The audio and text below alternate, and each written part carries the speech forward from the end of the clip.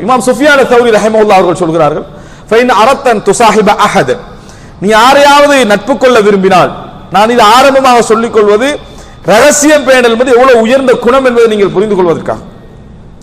இதா அரத்தன் துசாஹிப அஹத், நீங்க யாரையாவது நட்பு கொள்ள விரும்பினீங்கன்னு சொன்னால் முதலாவது அவரோடு பழகுங்கள். நட்பை நீங்க கன்ஃபார்ம் பண்ணுவதற்கு முன்னால பழகுங்கள்.